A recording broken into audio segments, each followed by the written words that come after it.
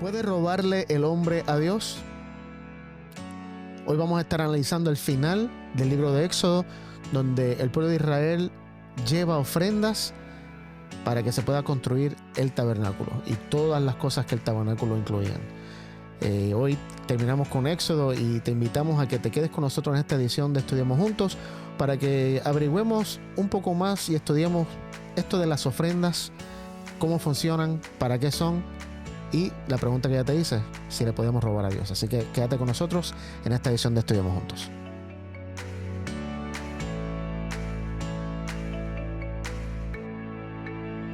Bienvenidos a otra edición de Estudiemos Juntos. Gracias por estar otra semana con nosotros conectados aquí en esta mesa donde toda la semana nos sentamos para estudiar la Biblia. Y este último trimestre nos hemos concentrado en el libro de Éxodo y hoy ya llegamos al final de nuestro estudio del libro de Éxodo. Estoy hoy aquí en la mesa con Joel y con Sammy que me acompañan y vamos a tener una oración y comenzar con este tema que va a estar muy bueno. Así que vamos a orar. Y Sammy, ¿pudieras tú comenzar orando, por favor? Padre, pedimos en esta hora que nos ilumine, nos dé entendimiento, Señor, que tu Espíritu Santo guíe cada conversación, que mientras entremos en el texto podamos ver exactamente lo que tú quieres que escuchemos y entendamos. Y bendice a todos los que nos están escuchando también. En nombre de Jesús, amén. Amén. Se me olvidó antes de la oración, tenía que dar un anuncio, pero lo voy a dar ahora. Se acerca un programa que se llama 10 de 10, que lo está haciendo Giovanna Ponce, que es una nutricionista, la hija de nuestro pastor Daniel Ponce. Y en este programa ella va a estar hablando sobre 10 hábitos que te van a cambiar la vida. Hola, mucho gusto. Soy Giovanna Ponce, licenciada en nutrición y paso por acá para invitarte a nuestro nuevo programa que está a punto de lanzar, 10 de 10. Acá te voy a enseñar 10 hábitos que puedes implementar hoy mismo para empezar a sentirte mejor. Vamos a hablar sobre salud intestinal, alimentación antiinflamatoria, germinados, en fin, demasiadas cosas que definitivamente no te quieres perder. Así que no dejes de seguirme tanto en redes sociales como en la página web. Me puedes encontrar como @minutohealthy o minutohealthy.com porque por allí te vas a enterar de cuándo estaremos lanzando. Nos estamos viendo. Así que esté pendiente de ese programa que va a salir, creo que es una vez por mes y por ahí ya está la promoción, así que simplemente pendiente si te interesa este tema para que entonces lo puedas escuchar y que sea de bendición para ti. Bueno, vamos nosotros rápidamente al texto, vamos a Éxodo 35, donde ya estamos llegando al final obviamente de este libro. Y aquí en Éxodo 35, los primeros 4 versículos comienzan hablando de algo muy interesante que no tiene que ver con las ofrendas, pero vamos a mencionarlo así a vuelo de pájaro, así que no sé si alguien lo puede leer. Éxodo 35, 1 al 3. Moisés convocó a toda la congregación de los hijos de Israel y les dijo: Estas son las cosas que Jehová ha mandado que se hagan. 6 días trabajarás, pero el día séptimo os será santo, día de descanso para Jehová. Cualquiera que haga en él algún trabajo, morirá. No encenderéis fuego en ninguna de vuestras casas en sábado. Muy bien, así que una vez más Dios está aquí recordándole al pueblo que acaba de salir de la esclavitud, que seguramente no podía escoger cuándo trabajar y cuándo no trabajar, eran obligados a trabajar cuando los egipcios le dijeran. Dios constantemente en el libro de Éxodo le ha expresado que Dios tiene un deseo de que ellos puedan tener un día de descanso. Un día, como mencionamos anteriormente en otro programa, donde sea un día para relacionarse intencionalmente con Dios y con su prójimo. Porque al final del día, para Dios la relación es lo más importante. Y aquí está volviendo a mencionar, a recalcarles que van a trabajar 6 días, pero van a tener un día de descanso. Lo único que sale aquí, que es un poco fuerte, es que dice que el que viola el sábado, tienen que matarlo. No, ahí no dice tienen que matarlo. Dice morirá. ¿En tu versión dice morirá? Hay que ver en el original cómo Sí, está. aquí yo tengo será condenado a muerte. Acá en la mía dice morirá, pero así también Dios le dijo: el día que comas del árbol vas a morir. O sea, habría que ver bien. Sabemos que después hubo alguien que fue condenado por eso. Eso es cierto. Habría que ir al original. Tendría que buscar el original. Mi versión dice: cualquiera que trabaje ese día será ejecutado. Pero mi versión es un poquito más morbosa. Sí. Un poquito más fuerte que otras. Pero bueno, sabemos que había otras reglas también. Por ejemplo, esto no lo discutimos en Éxodo porque algo está en Levítico, pero hay otras leyes. Y todo, Correcto. Y eso no es el tema de hoy, pero simplemente quería recalcar que Dios le da el sábado para recordarles a ustedes: yo lo saqué para que ustedes descansen, no para que estén trabajando. Y bueno, entonces ahora vamos a ir a leer los versículos 4 al 5 de Éxodo 35. 4 al 5. Sí. Moisés habló con toda la congregación de los hijos de Israel y les dijo: esto es lo que el Señor dice y ordena. Recojan entre ustedes una ofrenda para el Señor. Todo corazón generoso presentará al Señor oro, plata, bronce, azul, púrpura, carmesí, lino fino, pelo de cabra. Ok, hasta ahí. Y ahora vamos a brincar al 20 y al 22. Entonces salió toda la congregación de los hijos de Israel de delante de Moisés, todo aquel a quien su corazón impulsó y todo aquel a quien su espíritu le dio voluntad, trajo una ofrenda a Jehová para la obra del tabernáculo de reunión, para toda su obra y para las sagradas vestiduras. Vinieron tanto hombres como mujeres, todos de corazón generoso, y trajeron cadenas, zarcillos, anillos, brazaletes y toda clase de joyas de oro. Todos presentaban una ofrenda de oro a Jehová. Ok, y ahora el 25 y el 29. Además, todas las mujeres de corazón sabio hilaban con sus manos y llevaban lo que habían hilado: azul, púrpura, carmesí o lino fino. Y el 29, ¿verdad? 29, sí. Todos los hijos de Israel, hombres y mujeres que por su voluntad y de corazón quisieron hacerlo, llevaron al Señor una ofrenda voluntaria para toda la obra que, por medio de Moisés, el Señor había ordenado hacer. Muy bien, ¿por qué estos textos? Obviamente los textos del 6 al 19 no los leemos porque son literalmente una lista de todo lo que trajeron, que es mucho, ¿viste? Para tener que mencionarlo ahora. Pero lo que sí quiero resaltar es, y no sé si ustedes se dieron de cuenta de una palabra que se usa bastante en estos todos textos, y es que se hace un pedido, está este proyecto, necesitamos que ustedes cooperen, que ustedes contribuyan. Y voluntariamente, y esa es la parte que repite mucho, de corazón, ¿viste? Era la gente que quería, aportaba. Y la pregunta que hago es, ¿y la gente que no aportó? ¿Fue condenada? No. No. O sea, si no, no era voluntario. Correcto. Entonces, ahí, para mí, aquí hay una enseñanza muy importante que tiene que ver tal vez con cómo miramos hoy lo que son los diezmos y las ofrendas, que puede ser un tema un poquito sensitivo para algunas personas. Sensible, porque en el Nuevo Testamento, la palabra diezmo no aparece. Ajá. Siempre son ofrendas. Bueno, aparece una vez en Mateo 23. Claro, pero no con la iglesia primitiva. Claro, no con la iglesia primitiva.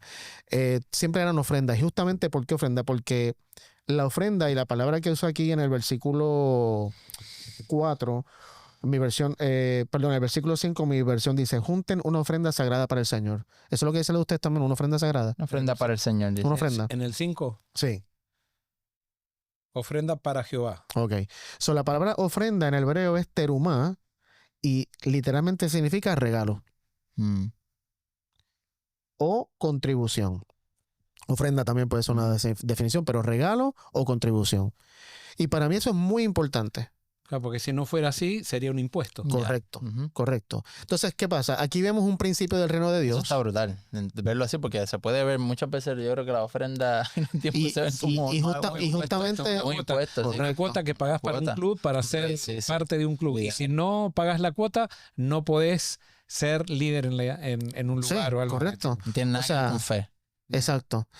Y por eso quería hablar de esto en esta primera parte de Estudiemos Juntos y Terminando Éxodo, porque no sé cuál fue su experiencia al criarse en un ambiente religioso, tal vez, pero siempre estaba esta idea de que los líderes manipulaban a la congregación con los diezmos y las ofrendas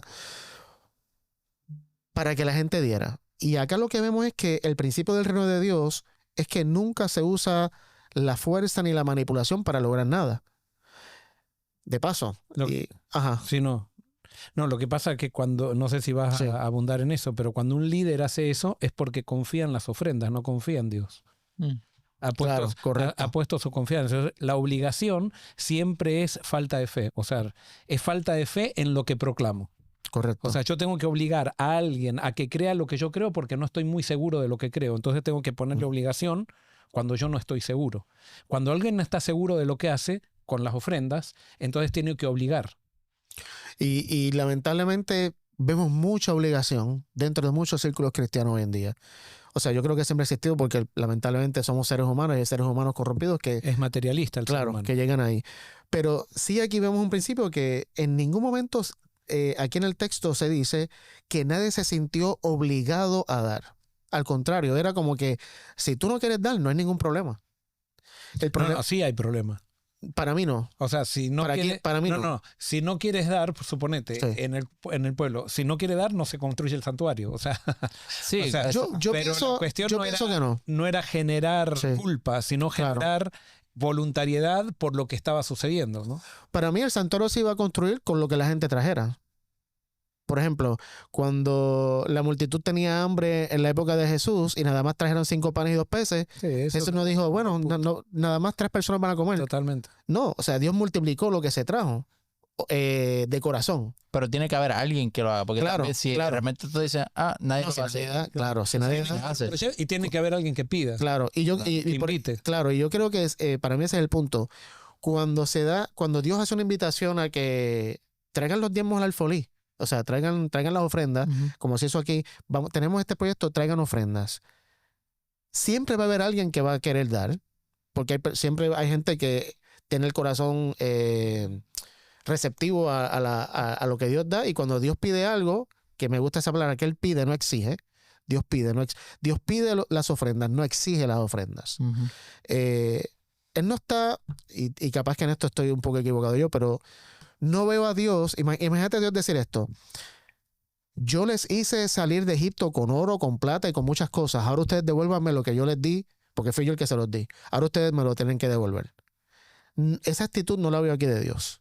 Dios en ningún momento en este contexto le saca en cara que Él fue el que lo sacó con manos llenas y con oro y con plata. Él simplemente dice, mira, este es el proyecto, necesitamos que ustedes den, esta es la lista de lo que necesita. Y no solamente hubo personas que tal vez no dieron oro, plata ni nada, pero fíjate en el versículo que leíste, en el versículo 25.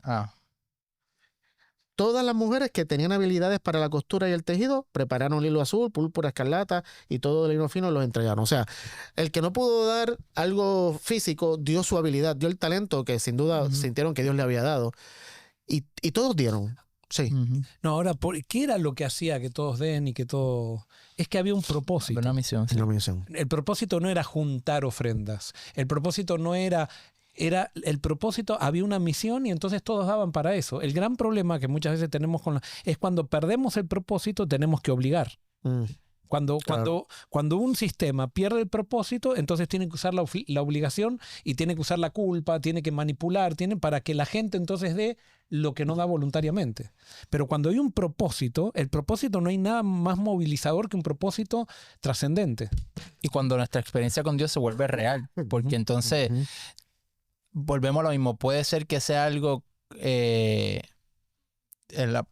falsedad, hipocresía, por ejemplo, lo que pasaba con los fariseos, y se puede ver en la oración, en la manera como uno ora, en la manera como uno lee la Biblia, en la manera como uno canta. Si lo estamos haciendo simplemente porque soy cristiano o algo que ya es común, pero cuando yo lo vivo de corazón, ya sea un canto desafinado, va a llegar, tú sabes, se va a mover el espíritu a que tú tengas la voz más brutal del mundo y no lo estás haciendo de corazón. Eso no tiene sentido. Lo mismo, ya sea un dólar que tú lo estés dando con todo tu corazón, eso es lo que vale. Y no solamente eso, para ti se siente tan rico uno hacer las cosas no por obligación, que yo quiera levantarme por la mañana a tener comunión con el Señor porque yo quiero hacerlo.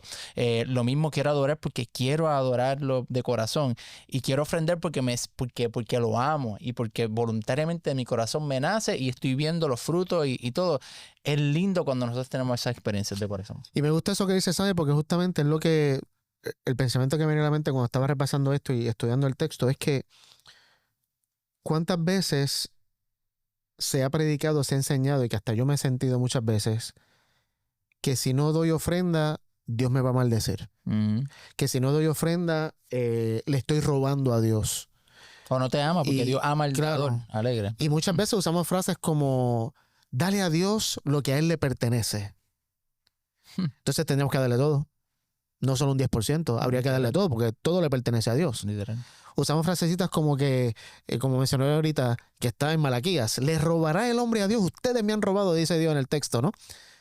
Pero realmente, cuando Dios nos da, Él está esperando a que nosotros le demos para atrás, y si no le damos, nos mira mal, nos mira con desagrado, de alguna manera afecta nuestra salvación.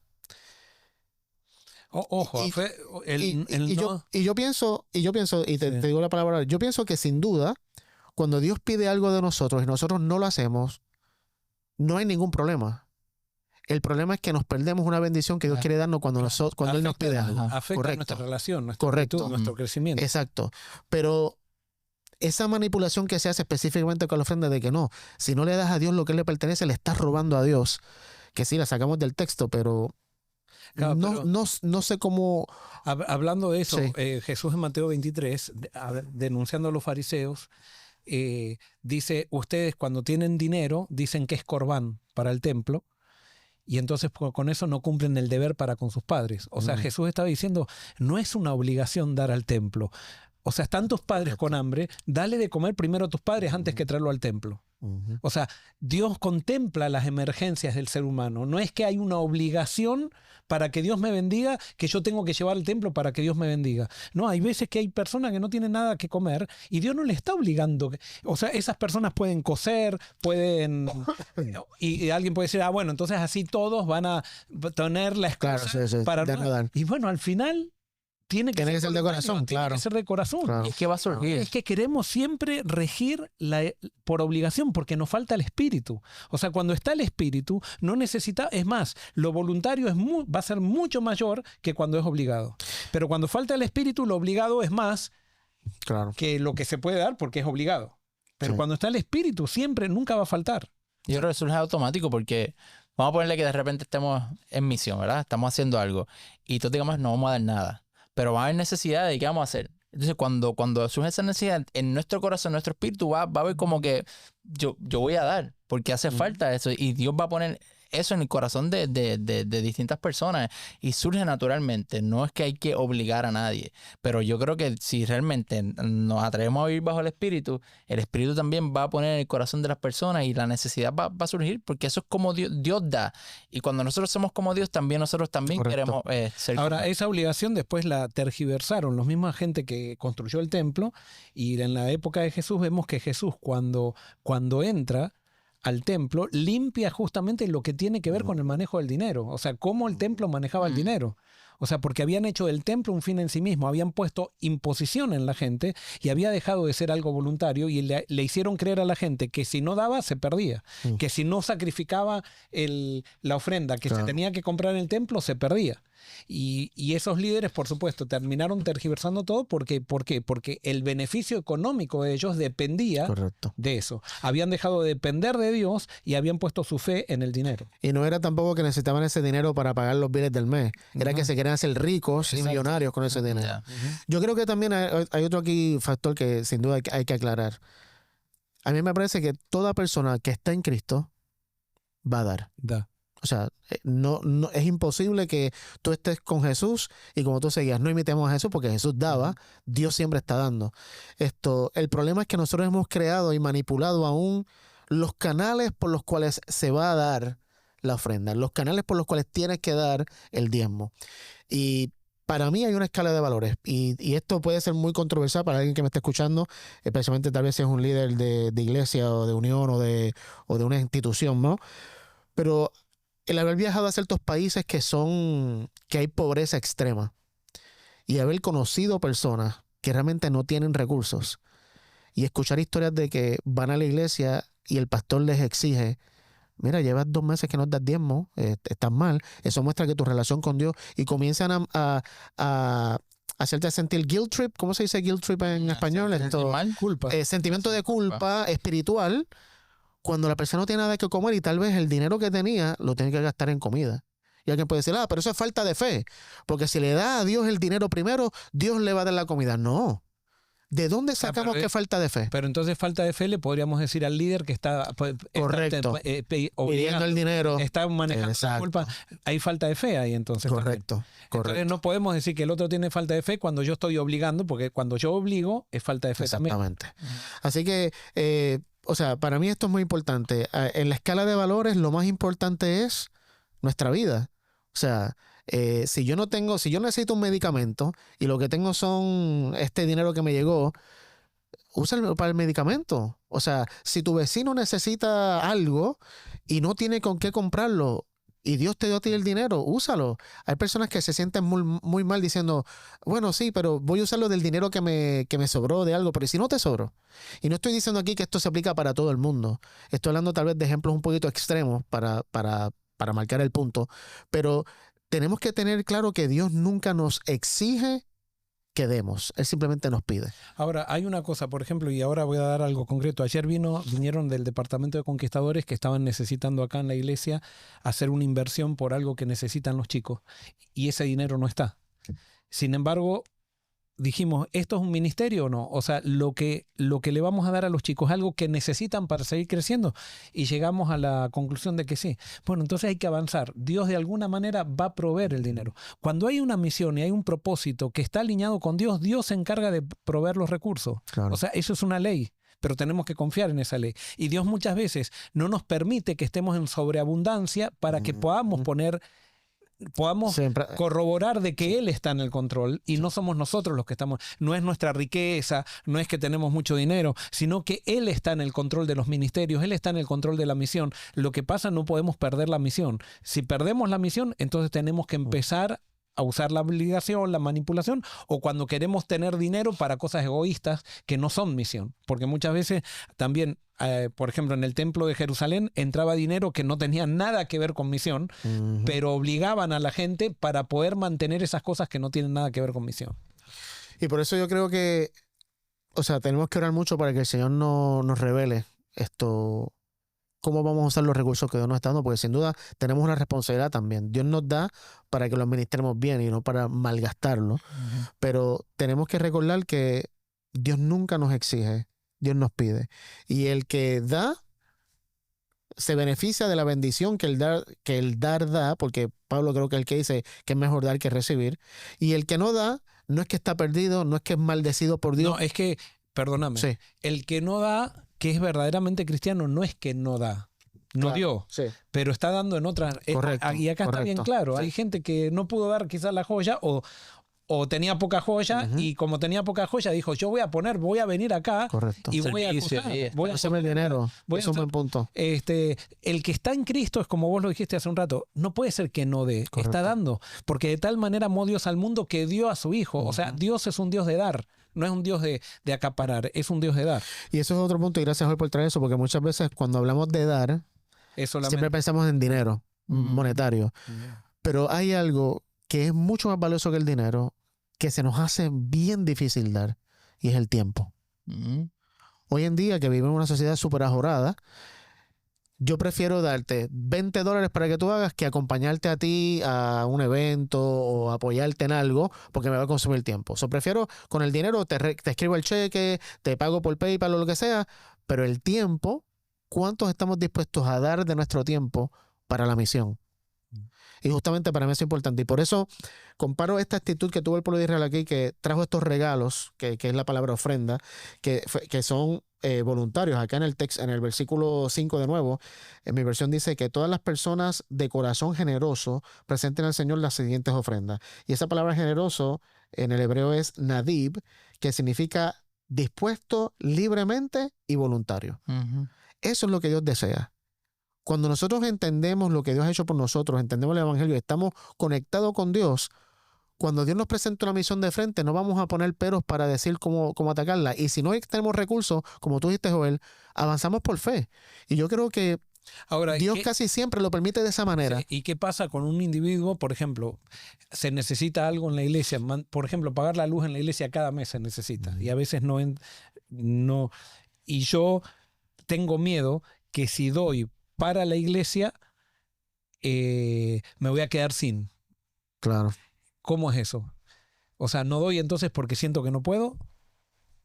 No sé si me explico. Yo digo, Sí. bueno, voy a ir a cortar el pasto, pero no voy a dar porque... Y ahí resulta que a la luz de la iglesia se la paga Claro. no con cortar el pasto, se la paga con Dinero. dinero. Bueno, yo pienso que Dios de alguna manera va a proveer para pagar la luz de la iglesia. O sea, no creo que nadie...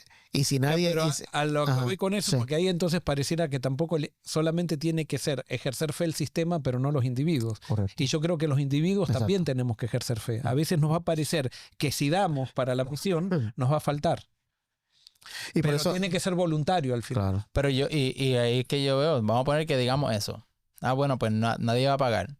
Pues entonces tenemos que entonces entender de que nos vamos a reunir de ahora en adelante con velas. Y lo más seguro va a haber gente que se va a sentir, esto no es lo que es. Y va a haber alguien que va a decir, no, vamos a hacer este ministerio. Porque va a surgir de ahí mismo, del corazón. Surgirá el deseo, el anhelo, lo que haya que hacer. Pero avanzamos por fe. Bueno, pues si nadie puede dar, pues entonces nos debajo del palo. Y de repente la gente está, no, ya hace mucha calor. Entonces de ahí imagino que surgirá alguien que dirá, pues mira, vamos a hacer algo. Vamos a mejorar esto. Claro. Y ahí sale de corazón natural. Bueno, vamos a entonces a leer otros textos. Sammy, búscate Hechos 2, 42 al 47. Joel, búscate Hechos 4, 32 al 37. Y yo voy a buscar Hechos 11. Y vamos a ver, a comparar esta actitud que tuvo el pueblo israelí. Y por eso quería brincar del comentario que había dicho Joel de que hablaste de misión. Porque cuando tenemos una misión, no solamente estamos dispuestos a dar, pero la misión nos une. Ujú. Y vamos a ver la actitud de la iglesia primitiva. Y la iglesia apostólica, si tenía esta misma actitud, y a ver si alguien le pidió, mira, tú tienes que dar ofrendas, tienes que dar diezmo. Vamos a leer estos textos de Hechos. Vamos a empezar con Hechos 2, 42 al 47. 42. Dice, las cuales se mantenían fieles a la enseñanza de los apóstoles y el mutuo compañerismo en el partimiento del pan y en las oraciones. Al ver las muchas maravillas y señales que los apóstoles hacían, todos se llenaban de temor y todos los que habían creído se mantenían unidos y lo compartían todo. Vendían sus propiedades y posesiones y todo lo compartían entre todos, según las necesidades de cada uno. Todos los días se reunían en el templo y partían el pan en las casas y comían juntos con alegría y sencillez de corazón, mientras alababan a Dios y brindaban ayuda a todo el pueblo. Y cada día el Señor añadía a la iglesia a los que habían de ser salvos. Que palabras claves. Juntos, todos. Aquí en este texto, y no es que no se le pidiera en algún momento, porque Pablo habla más adelante, Lucas aquí en Hechos, me parece que hubo un terremoto en Jerusalén, creo que fue en algún sitio. No, hubo un terremoto en algún sitio y la iglesia de Jerusalén se le pidió y la iglesia a Dios. Pero en este contexto, aquí en ningún momento aparece que los discípulos le dijeron a la iglesia, ustedes tienen que dar. Era algo natural que ocurría cuando se veía la necesidad. Todo el mundo, todos daban lo que podían dar. Ahora, Sí. voy a hacer también Sí. Esto tiene que ver con un contexto específico, de un momento específico donde estaba naciendo un movimiento que no estaba organizado todavía. Entonces era muy espontáneo. Claro. Después, cuando se organiza un poco más, ya cambia un poco la dinámica. Y por eso Pablo después dice el que no trabaja, que no coma. Porque había gente que, acostumbrados a esto, se empezaron a pretender la vagancia. que la iglesia Se los mantuviera. lo tiene que mantener. Claro, ¿no? claro. Y acá Sí. había una necesidad de misión, había una necesidad de gente que por causa de su cristianismo estaba perdiendo trabajo, y entonces naturalmente, como vos decías, la gente, como tenía a Cristo en el corazón, se unía para poder continuar con esto. Claro. No era que la iglesia se transformó en un sistema de solidaridad y que ahora entonces todo era comida gratis en todos lados y todo eso.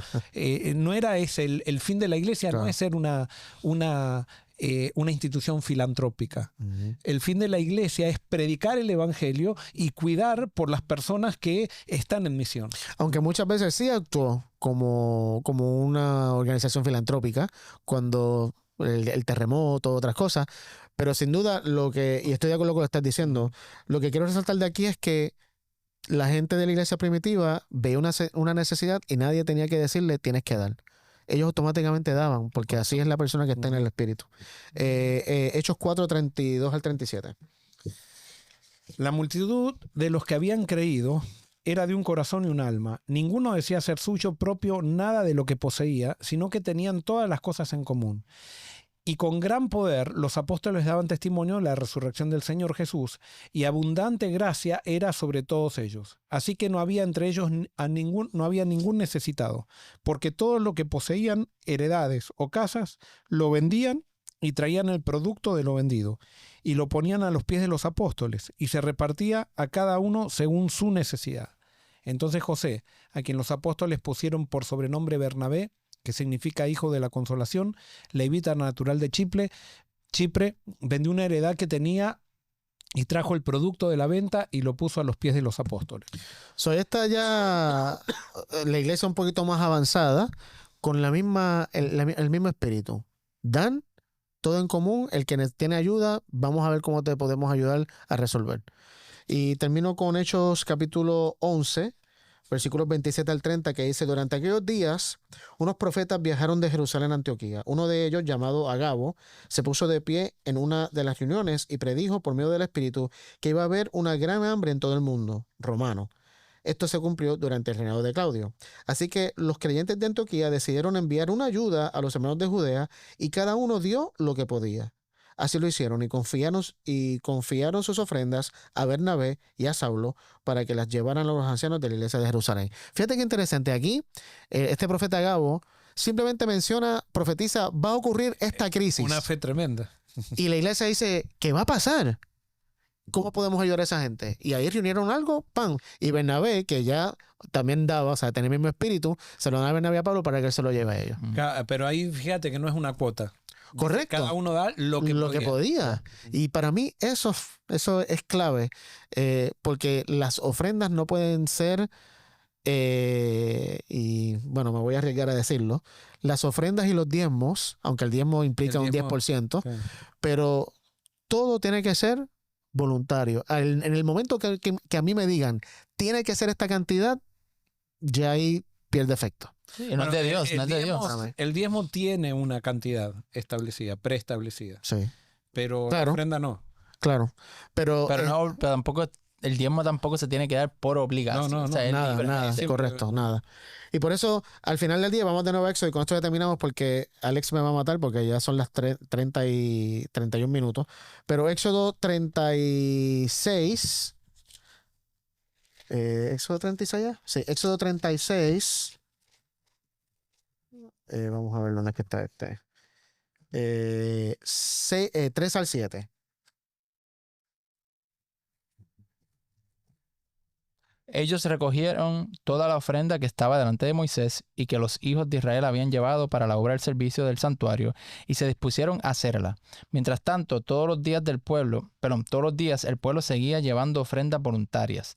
Era tanto lo que llevaban que todos los maestros de obra del santuario suspendieron sus trabajos y fueron a decirle a Moisés: el pueblo está trayendo mucho más de lo necesario para la obra que el Señor ha ordenado hacer. Entonces Moisés mandó pregonar por el campamento que ningún hombre ni mujer traiga ni haga nada más para la ofrenda del santuario. Y fue así como se le impidió al pueblo ofrecer más, pues tenían material abundante para hacer toda la obra y aún sobraba. ¿Qué aprendo yo de esto? Cuando dejamos que las cosas funcionen voluntariamente, vamos a tener más y vamos a lograr más que cuando se hace por obligación. Para mí eso es un principio. Cuando se hace voluntario, Dios te va a sorprender, porque el corazón que da con alegría y voluntariamente quiere experimentar, claro, eso, claro. Y todos hemos experimentado que cuando damos, ¿cómo nos sentimos? Es un gozo, es una alegría el poder dar y tú ver que lo que estás dando, Dios lo está usando para bendecir a alguien, para ayudar a alguien. Es un gozo que tú quisieras dar todo lo que tienes para ayudar a una persona. Pero cuando es por obligación, siempre hay un límite. Sí, doy ahora, pero... Y aquí vemos el ejemplo, el pueblo dio. Y qué lindo sería que en cada iglesia un día los pastores tengamos que decir: por favor, hermanos, ya no den más ofrendas. Ya alcanzamos un límite que ya no sabemos qué hacer con este dinero porque estamos en misión y todo lo demás y ya sobreabunda. Qué lindo sería que un día pudiéramos decir lo que Moisés tuvo que decirle al pueblo. Pero esto solamente va a ocurrir cuando lo hagamos voluntariamente. Así que con esto te queremos dejar. Recuerda que Dios no exige nada, Dios solamente pide. Y cuando caminamos con Dios, cuando queremos imitar a nuestro Maestro, a nuestro Salvador Jesús, no podemos hacer otra cosa que dar, porque Jesús imitó al Padre y el Padre constantemente te está dando. No porque le estamos exigiendo, justamente también el Padre nos da cuando le pedimos. Y recordemos que todo voluntariamente siempre es mejor y va a dar más resultados que cuando algo se hace por obligación. Así que gracias por estar con nosotros, que Dios te bendiga y te esperamos en la próxima edición, la segunda parte de Estudiemos Juntos. Dios te bendiga.